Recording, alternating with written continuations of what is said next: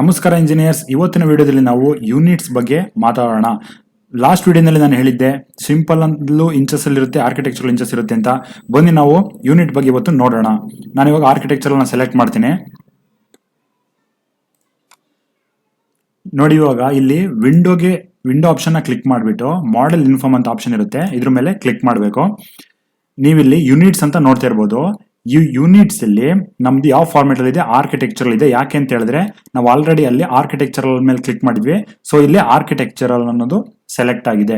ನಾನು ಇವಾಗ ಲೈನ್ ನ ಡ್ರಾ ಮಾಡಿ ಏನ್ ಡಿಫ್ರೆನ್ಸ್ ಆಗುತ್ತೆ ಅನ್ನೋದನ್ನ ಹೇಳ್ತೀನಿ ನೋಡಿ. ಆರ್ಕಿಟೆಕ್ಚರಲ್ ಇದ್ರೇನೋ, ಡೆಸಿಮಲ್, ಇಂಜಿನಿಯರಿಂಗ್ ಅದ್ರಲ್ಲಿ ಇದ್ರೇನೋ, ಫ್ರಾಕ್ಷನಲ್ ಇದ್ರೇನೋ ಅಂತ ನಿಮಗೆ ಹೇಳ್ತೀನಿ. ಇವಾಗ ನಾನು ಲೈನ್ ನ ಡ್ರಾ ಮಾಡ್ಕೊಂಡೆ. ಆರ್ಕಿಟೆಕ್ಚರ್ ಲೈನ್ ಇರುತ್ತೆ, ಬೈ ಡಿಫಾಲ್ಟ್ ಅದು ಇಂಚಸ್ ಅಲ್ಲಿ ವ್ಯಾಲ್ಯೂನ ತಗೊಳುತ್ತೆ. ಫಾರ್ ಎಕ್ಸಾಂಪಲ್ಗೆ ನಾನು ಇವಾಗ ಇಲ್ಲಿ ಲೈನ್ ನ ಕ್ಲಿಕ್ ಮಾಡ್ತೀನಿ. ಇಲ್ಲಿ ನಾನು 10 ಅಂತ ನೋಡಿ, ಇಲ್ಲಿ ಲೆಂತ್ ನಾನು ಇಲ್ಲಿ ಶೋ ಆಗುತ್ತೆ. ನೀವು ಇಲ್ಲಿ ಅಬ್ಸರ್ವ್ ಮಾಡಿ, ನಾನು ಏನು ಟೈಪ್ ಮಾಡ್ತೀನಿ ಅದು ಇಲ್ಲಿ ಶೋ ಆಗುತ್ತೆ. 10 ಅಂತ ಟೈಪ್ ಮಾಡಿದ್ದೀನಿ, ಎಂಟರ್ ಅಂತ ಟೈಪ್ ಮಾಡಿದೆ. ಇವಾಗ ಇದು ಇಂಚಸ್ ಅಲ್ಲಿ ಬಂದಿದೆ. ನಾನು ನಿಮಗೆ ಅದನ್ನ ತೋರಿಸ್ತೀನಿ. ಆರ್ಕಿಟೆಕ್ಚರಲ್ ಇದೆ, ನೆಕ್ಸ್ಟ್ ಇಂಜಿನಿಯರಿಂಗ್ ಸೆಲೆಕ್ಟ್ ಮಾಡ್ತೀನಿ. ಇಲ್ಲಿ ನೋಡಿ ಫೀಟ್ ಅಂತ ತೋರಿಸ್ತಾ ಇದೆ, ಡಿಫಾಲ್ಟ್ ಅದು ಫೀಟ್ ಸೆಲೆಕ್ಟ್ ಆಗಿರುತ್ತೆ. ನಾನಿವಾಗ ನಿಮಗೆ ಗೊತ್ತಾಗುತ್ತೆ ನೋಡಿ. ನಾನು ಇಲ್ಲೂ ಕೂಡ ನಾನಿವಾಗ 10 ಅಂತಾನೆ ಟೈಪ್ ಮಾಡ್ತೀನಿ, ಇಂಚಸ್ ಅಥವಾ ಏನು ಟೈಪ್ ಮಾಡ್ತಿಲ್ಲ, ಎಂಟರ್. ನೋಡಿ, ಇದು ನಾವು ಏನೇ ವ್ಯಾಲ್ಯೂನ ಟೈಪ್ ಮಾಡಿದ್ರು ಫೀಟ್ ಅಲ್ಲಿ ತಗೊಳುತ್ತೆ.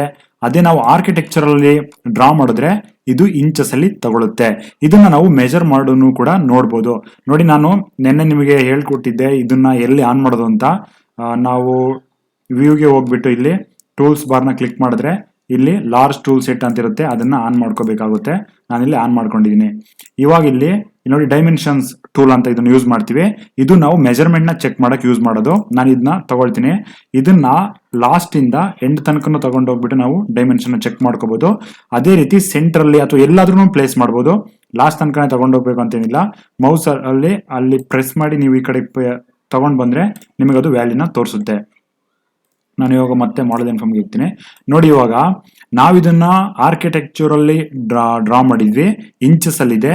ಇದನ್ನ ನಾವು ಇಂಜಿನಿಯರಿಂಗ್ ಅಲ್ಲಿ ಡ್ರಾ ಮಾಡಿದ್ವಿ, ಅಂದ್ರೆ ವ್ಯಾಲ್ಯೂನ ಕೊಟ್ಟಿದ್ವಿ, 10 ಫೀಟ್ ಅಲ್ಲಿ ಇದೆ. ಇದೇ ಡಿಫ್ರೆನ್ಸ್ ನಾವು ಆರ್ಕಿಟೆಕ್ಚರ್ ಅಲ್ಲಿ ಡ್ರಾ ಮಾಡಿದ್ರೆ ಬೈ ಡಿಫಾಲ್ಟ್ ಅದು ಇಂಚಸ್ ಅಲ್ಲಿ ವ್ಯಾಲ್ಯೂ ಬರ್ತಾ ಹೋಗುತ್ತೆ. ಅದೇ ರೀತಿ ನಾವು ಇಂಜಿನಿಯರಿಂಗ್ ಅಲ್ಲಿ ಮಾಡಿದ್ರೆ ಅದು ಬೈ ಡಿಫಾಲ್ಟ್ ಫೀಟ್ ಅಲ್ಲಿ ಬರ್ತಾ ಹೋಗುತ್ತೆ. ಅಂದ್ರೆ ಆರ್ಕಿಟೆಕ್ಚರ್ ಅಲ್ಲಿ ನಾವು ಫೀಟ್ ಮತ್ತೆ ಇಂಚಸ್ ಅಲ್ಲಿ ಮಾಡಕ್ಕಾಗಲ್ವಾ ಅಂತ ಕನ್ಫ್ಯೂಸ್ ಆಗಬೇಡಿ. ಇಲ್ಲೂ ಕೂಡ ಫೀಟ್ ಇಂಚಸ್ ಅಲ್ಲಿ ಮಾಡ್ಬೋದು, ಬಟ್ ಪರ್ಟಿಕ್ಯುಲರ್ ಆಗಿ ನಾವು ಮೆನ್ಷನ್ ಮಾಡಬೇಕಾಗುತ್ತೆ. ನಾನು ಇವಾಗ ಮಾಡಿ ತೋರಿಸ್ತೀನಿ ನೋಡಿ. ಪೆನ್ಸಿಲ್ ತಗೊಂಡೆ, ಇಲ್ಲಿಂದ ನಾನು ಇವಾಗ 10 ಫೀಟ್ ಬೇಕಲ್ವಾ. ನಾವು ನಾರ್ಮಲ್ ಆಗಿ ವ್ಯಾಲ್ಯೂನ ಟೈಪ್ ಮಾಡಿದ್ರೆ 10 ಅಂತ, ಅದು 10 ಇಂಚಸ್ ತಗೊಳುತ್ತೆ ಡಿಫಾಲ್ಟ್ ಆಗಿ. ನಾನು ಇವಾಗ ಫೀಟ್ಗೆ ಫಸ್ಟ್ ಮೇಲೆ ಒಂದು 10 ಫೀಟ್ ಅಂತ ಟೈಪ್ ಮಾಡಿ ಎಂಟರ್ ಕೊಟ್ರೆ ಅದು 10 ಫೀಟೇನೆ ಬರುತ್ತೆ. ನೀವು ಇಲ್ಲಿ ನೋಡ್ತಾ ಇದ್ದೀರಾ ಈ ರೀತಿ. ನೆಕ್ಸ್ಟ್ ಇನ್ನೊಂದ್ಸರಿ ನಾನು ಇಂಚಸ್ ಅಲ್ಲಿ ಬೇಕು, 10 ಫೀಟ್ 3 ಇಂಚ್ ಬೇಕು ಅನ್ಕೊಳ್ಳಿ, 10 ಫೀಟ್ 3 ಇಂಚ್ ಅಂತ ಟೈಪ್ ಮಾಡ್ತೀನಿ, ನಮ್ಗೆ ಇಲ್ಲಿ ಬಂದ್ಬಿಡುತ್ತೆ. ಸೊ ಇದೇನಿಲ್ಲ ಡಿಫ್ರೆನ್ಸ್. ನೀವು ಆರ್ಕಿಟೆಕ್ಚರ್ ಅಲ್ಲಿ ಸೆಲೆಕ್ಟ್ ಮಾಡ್ಕೊಂಡು ಡೈರೆಕ್ಟ್ ಆಗಿ ವ್ಯಾಲ್ಯೂ ಟೈಪ್ ಮಾಡ್ಕೊಂಡು ಹೋದ್ರೆ ಅದು ಬೈ ಡಿಫಾಲ್ಟ್ ಇಂಚಸ್ ಅಲ್ಲಿ ಬರ್ತಾ ಹೋಗುತ್ತೆ. ಅದೇ ರೀತಿ ಇಂಜಿನಿಯರಿಂಗ್ ಅಲ್ಲಿ ನೀವು ಡ್ರಾ ಮಾಡಬೇಕಾದ್ರೆ ಕೇವಲ ವ್ಯಾಲ್ಯೂಗಳನ್ನ ಟೈಪ್ ಮಾಡ್ಕೊಂಡು ಹೋದ್ರೆ ಅದು ಫೀಟ್ ಅಲ್ಲಿ ಬರ್ತಾ ಹೋಗುತ್ತೆ. ನೀವು ಅದನ್ನ ಬೇಕಿದ್ರೆ ಸಪರೇಟ್ ಆಗೂ ಕೂಡ ಮಾಡ್ಬೋದು. ಆರ್ಕಿಟೆಕ್ಚರ್ ಅಲ್ಲಿ ತಗೊಂಡು ಫೀಟ್ ಮತ್ತೆ ಇಂಚಸ್ ಅಲ್ಲೂ ಕೊಡ್ಬೋದು, ಮತ್ತೆ ಇಂಜಿನಿಯರಿಂಗ್ ಅಲ್ಲೂ ತೋರಿಸ್ತೀನಿ ನೋಡಿ. ಇದೇ ಲೈನ್ ಡ್ರಾ ಮಾಡ್ತೀನಿ. ಇವಾಗ ಇದು ಫೀಟ್ ಅಲ್ಲಿ ತಗೊಳುತ್ತಲ್ವಾ. ನಾವು 10 ಇಂಚಸ್ ಬಂತು ನೋಡಿ. ಇವಾಗ ಇಲ್ಲಿ ನೋಡ್ತಾ ಇದ್ದೀರಾ, ಇಲ್ಲಿ ಇಂಚಸ್ ನಾನು ಡ್ರಾ ಮಾಡಿದ್ದೆ. ಓಕೆ, ಇನ್ನೊಂದ್ಸರಿ ನಾನು ಮಾಡ್ತೀನಿ, ನಿಮಗೆ ತೋರ್ಸಕ್ ಮಾಡಿದ್ದೆ. 10 ಇಂಚಸ್ ಎಂಟರ್ ಕೊಟ್ಟೆ ನೋಡಿ, ಅದನ್ನು ಇಂಚಸ್ ಅಲ್ಲೇ ಬಂತು. ಬಟ್ ಒಂದು ಯೂಸ್ ಅಂತ ಹೇಳಿದ್ರೆ ನೀವು ಡಿಫಾಲ್ಟ್ ಆಗಿ ಕೇವಲ ಇಂಚಸ್ ಅಂತ ಟೈಪ್ ಮಾಡಬೇಕಾಗಿರೋ ಅವಶ್ಯಕತೆ ಇರಲ್ಲ. ಇಂಜಿನಿಯರಿಂಗ್ ಅಲ್ಲಿ ತಗೊಂಡು ನೀವು ಫೀಟ್ ಅಲ್ಲಿ ಡೈರೆಕ್ಟ್ ಆಗಿ ಒಂದು ಲೈನ್ ನ ಸೆಲೆಕ್ಟ್ ಮಾಡ್ಕೊಳ್ತೀರಾ, 10 ಅಂತ ಟೈಪ್ ಮಾಡ್ತೀರಾ, ಎಂಟರ್ ಕೊಡ್ತೀರಾ, ಅದು ಬೈ ಡಿಫಾಲ್ಟ್ ಫೀಟ್ ಅಲ್ಲಿ ಹೋಗುತ್ತೆ. ನಿಮ್ಮ ಟೈಮ್ ಅನ್ನ ಸೇವ್ ಮಾಡುತ್ತೆ. ನೀವು ಮತ್ತೆ ಶಿಫ್ಟ್ ಇಟ್ಕೊಂಡು ಎಂಟರ್ ಹೊಡೆಯೋ ಅವಶ್ಯಕತೆ ಇರೋಲ್ಲ. ಆ ರೀತಿ ನೀವು ಯಾವ್ದ್ರಲ್ಲಿ ಡ್ರಾ ಮಾಡ್ತೀರಾ ಅದು. ನಾನು ಪ್ರಿಫರ್ ಮಾಡೋದು ಆರ್ಕಿಟೆಕ್ಚರಲ್ ಡ್ರಾ ಮಾಡೋಕೆ. ಇವಾಗ ಇಲ್ಲಿ ಡೆಸಿಮಲ್ ಅಂತ ಇನ್ನೊಂದು ಆಪ್ಷನ್ ಇದೆ, ಇದನ್ನು ಕೂಡ ಚೆಕ್ ಮಾಡೋಣ. ಡೆಸಿಮಲ್ಗೆ ಹೋದಾಗ ನೀವು ನಿಮ್ಗೆ ಯಾವ್ದು ಯೂನಿಟ್ ಬೇಕು ಅದನ್ನ ಸೆಲೆಕ್ಟ್ ಮಾಡ್ಕೋಬಹುದು. ನೋಡಿ, ನಿಮಗೆ ಇಂಚಸ್ ಸಿಗುತ್ತೆ, ಫೀಟ್ ಸಿಗುತ್ತೆ, ಯಾರ್ಡ್ ಸಿಗುತ್ತೆ, ಮಿಲಿಮೀಟರ್, ಸೆಂಟಿಮೀಟರ್, ಮೀಟರ್, ಈ ರೀತಿ ಎಲ್ಲವೂ ಕೂಡ ಸಿಗುತ್ತೆ. ಮತ್ತೆ ನಿಮಗೆ ವ್ಯಾಲ್ಯೂನು ಕೂಡ ಅದು ಸೆಂಟಿಮೀಟರ್ ಅಲ್ಲಿ ತೋರಿಸುತ್ತೆ. ನೀವೇನ್ ಡ್ರಾ ಮಾಡಿರ್ತೀರಾ ನೋಡಿ. ಇವಾಗ ನಾನು 10 ಇಂಚಸ್ ಅಂತ ಕೊಟ್ಟಿದ್ದೆ. ಸೊ ಇಂಚಸ್ ಅಲ್ಲಿ ನಾನು ಸೆಲೆಕ್ಟ್ ಮಾಡಿದ್ರೆ 10 ಅಂತ ತೋರಿಸ್ತಾ ಇದೆ. .000 ಅಂತ ಇದೆ ನೋಡಿ, ಅದನ್ನು ಕೂಡ ನಾವಿಲ್ಲಿ ಚೇಂಜ್ ಮಾಡ್ಕೋಬಹುದು. ಡಿಸ್ಪ್ಲೇ ಪ್ರಿಸಿಷನ್ ಅಂತ ಇದೆ, ಅದು ಡಾಟ್ ಆದ್ಮೇಲೆ ನಿಮಗೆ ಎಷ್ಟು ತನಕ ವ್ಯಾಲ್ಯೂ ಬೇಕು ಅಂತ. ಫಾರ್ ಎಕ್ಸಾಂಪಲ್ ನಾನು 0 ಇಂಚ್ ಅಂತ ಕೊಡ್ತೀನಿ. ಅದು ಇವಾಗ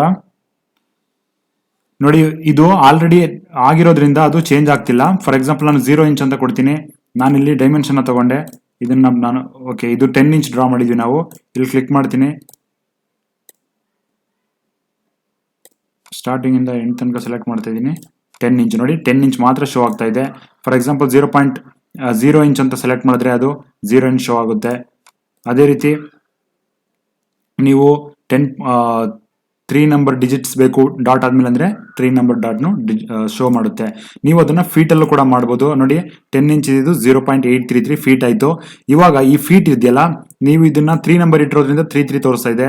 0 ಫೀಟ್ಗೆ ಇಟ್ಟರೆ ನೀವು ಅದು ರೌಂಡ್ ಆಫ್ ಆಗ್ಬಿಟ್ಟು ಎಷ್ಟು ತೋರಿಸ್ಬೇಕು ಅಷ್ಟನ್ನ ತೋರಿಸುತ್ತೆ. ಈ ರೀತಿ ನೀವು ಇಲ್ಲಿ ಫೀಟ್ ಅಲ್ಲೂ ಡ್ರಾ ಮಾಡ್ಬೋದು. 2 ಮಿಲಿಮೀಟರ್ ಕೂಡ ನೀವು ಚೆಕ್ ಮಾಡ್ಬೋದು. ನೋಡಿ ಇಲ್ಲಿ 10 ಇಂಚಸ್ ಅಂತ ಮಾಡಿದ್ವಿ, 254 mm ಅಂತ ಇದೆ. ಮತ್ತೆ ಇಲ್ಲಿ ಪ್ರಿಸಿಷನ್ 0 mm ಅಂತ ಕೊಟ್ಟಿದ್ದೀನಿ. 0.0 ಹೋದ್ರೆ ಅದು 0.0 ಬಂತು.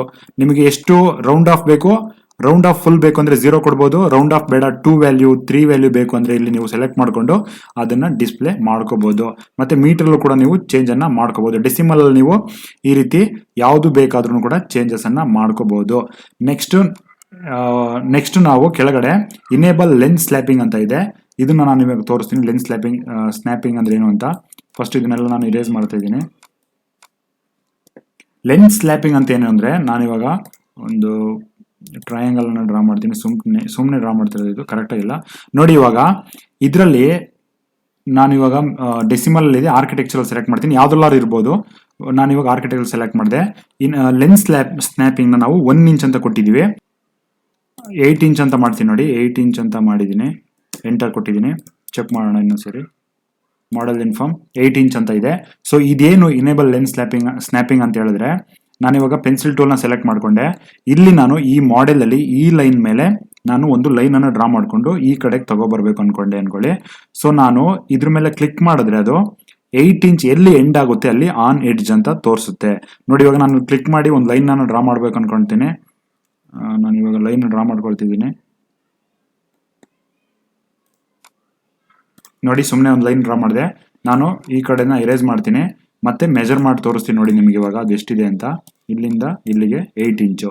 ಈ ರೀತಿ ನೀವು ಯಾವಾಗ ಒಂದು ಲೈನ್ ಮೇಲೆ ಲೈನ್ ಡ್ರಾ ಮಾಡಕ್ ಹೋಗ್ತೀರಾ ಅವಾಗ ಅದು ಡಿಫಾಲ್ಟ್ ಆಗಿ 8 ಇಂಚ್ಗೆ ನಿಮಗೆ ಅದು ಸ್ನ್ಯಾಪ್ ಆಗ್ತಾ ಹೋಗುತ್ತೆ.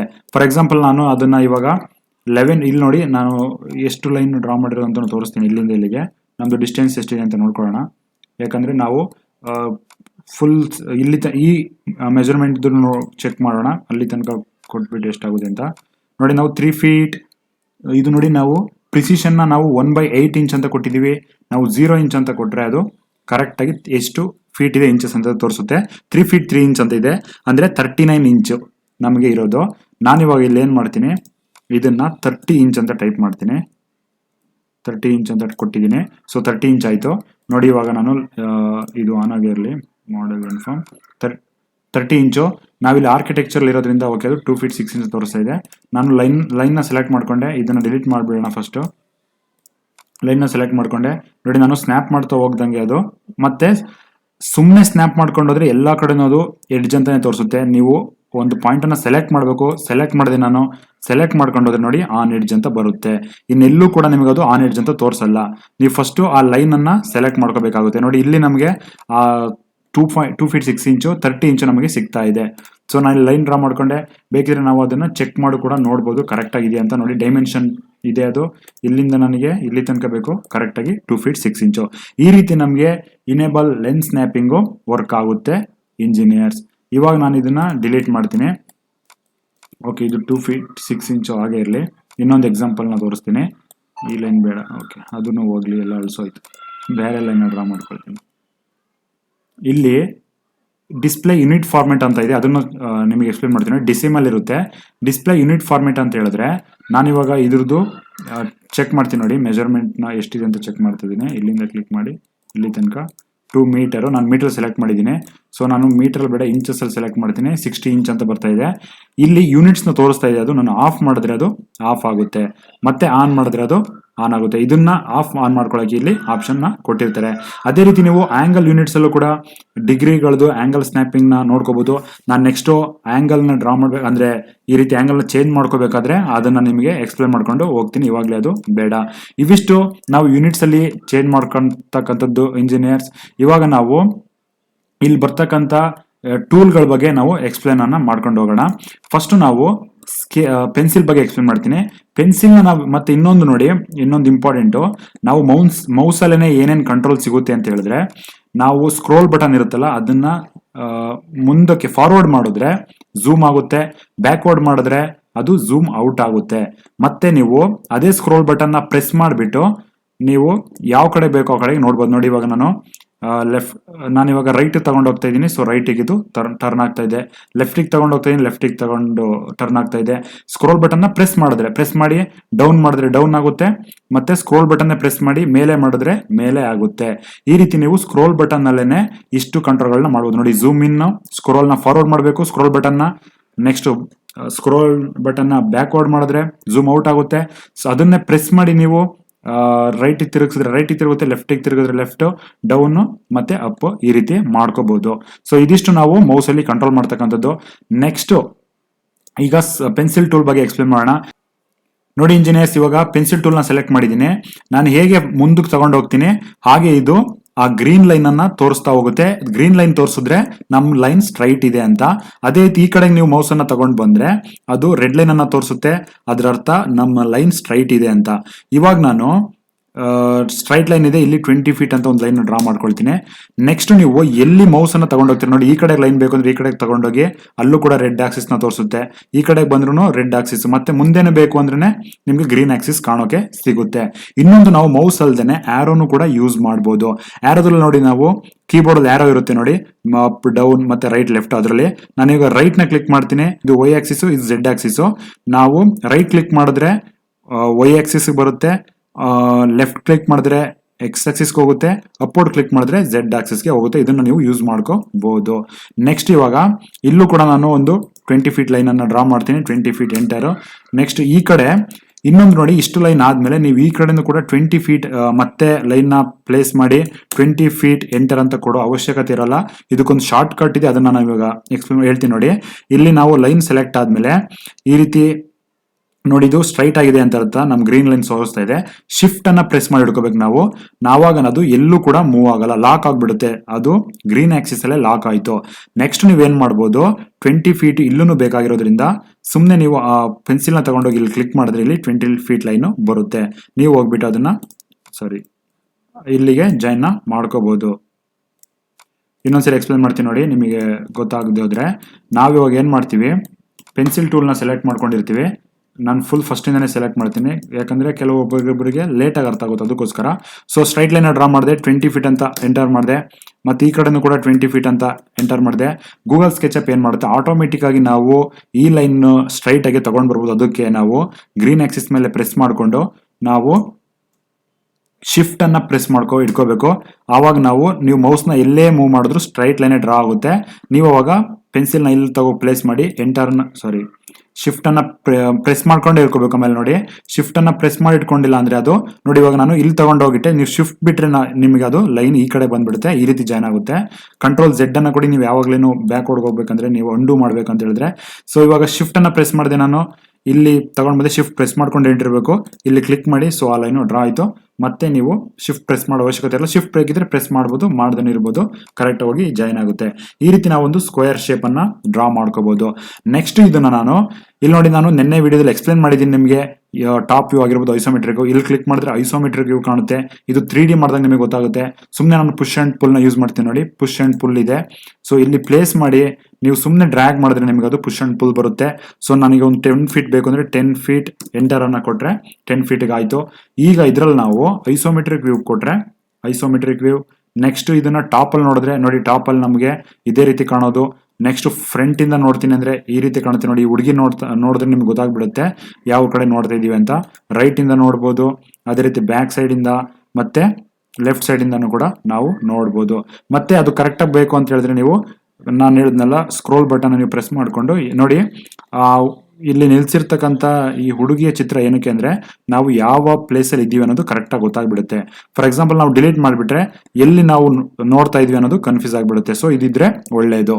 ನೆಕ್ಸ್ಟ್ ಇವಾಗ ಇದ್ರ ಬಗ್ಗೆ ನಿಮಗೆ ಗೊತ್ತಾಯ್ತು, ಪೆನ್ಸಿಲ್ ಟೂಲ್ ಬಗ್ಗೆ ಗೊತ್ತಾಯ್ತು. ಮತ್ತೆ ಇಲ್ಲಿ ಇನ್ನೊಂದು, ನಿಮಗೆ ಇನ್ನೇನಾದ್ರೂ ಇದು ಡಿಸ್ಪ್ಲೇ ಆಗ್ತಿಲ್ಲ ಅಂತ ಹೇಳಿದ್ರೆ ನೀವು ಇಲ್ಲಿ ವ್ಯೂಗೆ ಹೋಗಿ, ಟೂಲ್ ಬಾರ್ಗೆ ಹೋಗಿ, ಇಲ್ಲಿ ನಿಮಗೆ ವ್ಯೂಸ್ ಅಂತ ಇರುತ್ತೆ, ಅದನ್ನ ಆನ್ ಮಾಡ್ಕೊಂಡ್ರೆ ಅದು ಬರುತ್ತೆ. ನಿನ್ನೆ ವಿಡಿಯೋದಲ್ಲಿ ಎಕ್ಸ್ಪ್ಲೇನ್ ಮಾಡಿದ್ದೀನಿ, ನೀವು ನೋಡಿಲ್ಲ ಅಂದ್ರೆ ನೋಡಿ, ನಿಮಗೆ ಅರ್ಥ ಆಗುತ್ತೆ. ಮತ್ತೆ ಇರೇಸರ್ ಟೂಲ್ನ ನಾನು ಸಿಂಪಲ್ ಆಗಿ ಎಕ್ಸ್ಪ್ಲೇನ್ ಮಾಡ್ತೀನಿ ಯಾವ ರೀತಿ ಯೂಸ್ ಮಾಡ್ಕೋಬಹುದು ಅಂತ. ಇರೇಸರ್ ಟೂಲ್ನ ನೀವು ಸೆಲೆಕ್ಟ್ ಮಾಡಿ, ನೀವು ಅದ್ರ ಮೇಲೆ ಕ್ಲಿಕ್ ಮಾಡಿದ್ರೆ ಡಿಲೀಟ್ ಆಗುತ್ತೆ. ನೋಡಿ, ಸಿಂಪಲ್ ಆಗಿ ಆ ಲೈನ್ ಮೇಲೆ ಕ್ಲಿಕ್ ಮಾಡಿದ್ರೆ ಆ ಲೈನ್ ಮಾತ್ರ ಡಿಲೀಟ್ ಆಗುತ್ತೆ. ಅಥವಾ ನೀವು ನಾನು ಇವಾಗ ಪ್ರೆಸ್ ಮಾಡಿ ಇಟ್ಕೊಂಡಿದ್ದೀನಿ, ಮೌಸಲ್ಲಿ ಲೆಫ್ಟ್ ಬಟನ್ನ ಎಲ್ಲಾ ಕಡೆ ನಾನು ಡ್ರ್ಯಾಗ್ ಮಾಡ್ಕೊಂಡು ಬರ್ತಾ ಇದ್ದೀನಿ ಇವಾಗ ಅದನ್ನ. ಸೊ ನಮ್ಗೆ ಯಾವ್ಯಾವ ಲೈನ್ ಕಾಣುತ್ತೆ ಆ ಲೈನ್ ಮೇಲೆಲ್ಲ ಡ್ರ್ಯಾಗ್ ಮಾಡಿದೆ, ಅದು ಡಿಲೀಟ್ ಆಯ್ತು. ಈ ಲೈನ್ ಕಾಣಲ್ಲ, ಸೊ ಅದು ಡಿಲೀಟ್ ಆಗಿಲ್ಲ. ಈ ರೀತಿ ನೀವು ಡ್ರ್ಯಾಗ್ ಮಾಡ್ಕೊಂಡು ಎಲ್ಲಾ ಲೈನ್ಗಳನ್ನು ಕೂಡ ಡಿಲೀಟ್ ಮಾಡ್ಬೋದು. ನೋಡಿ, ಫಾರ್ ಎಕ್ಸಾಂಪಲ್ ನಾನು ಈ ರೀತಿ ಡ್ರ್ಯಾಗ್ ಮಾಡ್ಕೊಂಡಿದ್ದೀನಿ. ಸೊ ಇವಾಗ ನಾನು ಇರೇಸರ್ ತಗೊಂಡು ಈ ಲೈನ್ ಮೇಲೆ ಸುಮ್ಮನೆ ಕ್ಲಿಕ್ ಮಾಡಿದ್ರೆ ಒಂದು ಲೈನ್ ಮಾತ್ರ ಡಿಲೀಟ್ ಆಗುತ್ತೆ. ನಿಮಗೆ ಎಲ್ಲಾ ಲೈನ್ ಡಿಲೀಟ್ ಆಗ್ಬೇಕಂದ್ರೆ ಪ್ರೆಸ್ ಮಾಡಿ ಇಟ್ಕೊಂಡು ಎಲ್ಲಾ ಕಡೆ ಮೂವ್ ಮಾಡ್ಕೊಂಡು ಬನ್ನಿ, ಅದು ಎಲ್ಲಾ ಲೈನ್ ಸೆಲೆಕ್ಟ್ ಆಗಿ ಡಿಲೀಟ್ ಆಗುತ್ತೆ. ಸೊ ಇದಿಷ್ಟು ಇಂಜಿನಿಯರ್ಸ್ ಪೆನ್ಸಿಲ್ ಮತ್ತೆ ಇರೇಸರ್ ಟೂಲ್ ನ ಯೂಸ್ ಮಾಡ್ತಕ್ಕಂಥದ್ದು. ನೆಕ್ಸ್ಟ್ ವಿಡಿಯೋದಲ್ಲಿ ಬೇರೆ ಟೂಲ್ ಬಗ್ಗೆ ನಿಮಗೆ ಎಕ್ಸ್ಪ್ಲೇನ್ ಅನ್ನ ಮಾಡ್ತೀನಿ. ನಿಮ್ಗೆ ಏನೇ ಡೌಟ್ ಇದ್ರೂ ಕೂಡ ವಾಟ್ಸ್ಆಪ್ ಗ್ರೂಪ್ ಅಲ್ಲಿ ಜಾಯ್ನ್ ಆಗಿ, ಲಿಂಕ್ ಡಿಸ್ಕ್ರಿಪ್ಷನ್ ಅಲ್ಲಿ ಮತ್ತೆ ಕಮೆಂಟ್ ಅಲ್ಲಿ ಇರುತ್ತೆ, ನೀವು ಅಲ್ಲಿ ಡೌಟ್ ಅನ್ನ ಕೇಳ್ಬೋದು. ಹಾಗೇನೆ ಇಂಜಿನಿಯರ್ಸ್, ಕಾರ್ಮಿಕರನ್ನ ಗೌರವಿಸಿ, ಎಲ್ಲರನ್ನು ಗೌರವಿಸಿ, ಎಲ್ಲರನ್ನು ಪ್ರೀತಿಸಿ ಅಂತ ಹೇಳ್ತಾ ಮುಂದಿನ ವಿಡಿಯೋದಲ್ಲಿ ಮತ್ತೆ ಸಿಗೋಣ.